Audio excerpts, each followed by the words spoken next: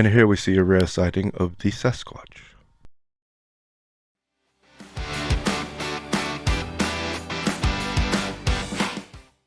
Hey everyone, welcome to Infinite Realms. It's Robert.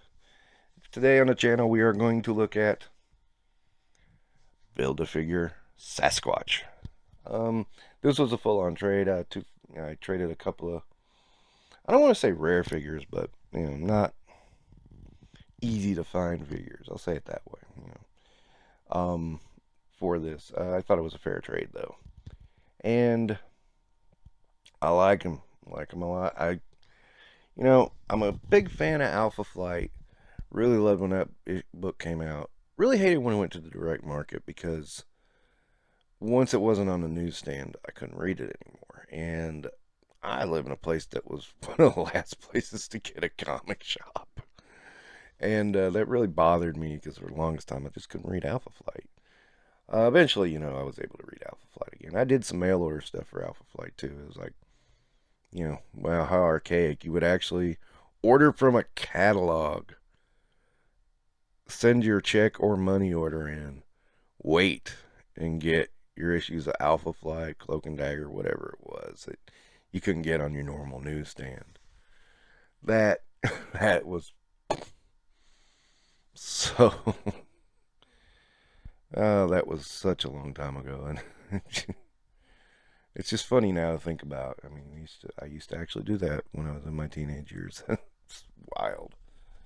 Anyway, so if you don't know the story of Sasquatch, he was trying to emulate the experiment that created the Hulk, which resulted in him becoming a Sasquatch. Yeah. Okay. So, Sasquatch was one of my favorite characters from Alpha Flight. He did retain his brain whenever he turned into Sasquatch, except for certain moments. And this is a big figure, and Sasquatch should be. Sasquatch was huge. You ever see the cover of the very first Alpha Flight? He's a big old boy. And I know there's an encounter with the Hulk where he is like much taller than the Hulk. But, he's also not quite as strong as the Hulk. So, it kind of, the height advantage isn't as big as an advantage. And, as you can see here with Ulick, oh my, Ulick, whatever you want to call him. We have to get an official pronunciation of that character's name. Get on that, Marvel. Settle this. They're about the same size. A lot bigger than Deadpool, obviously. So, yeah. But not quite as big as Hulk or Juggernaut. So there is that. And a little bit more comparison, you have Daredevil and Spider-Man.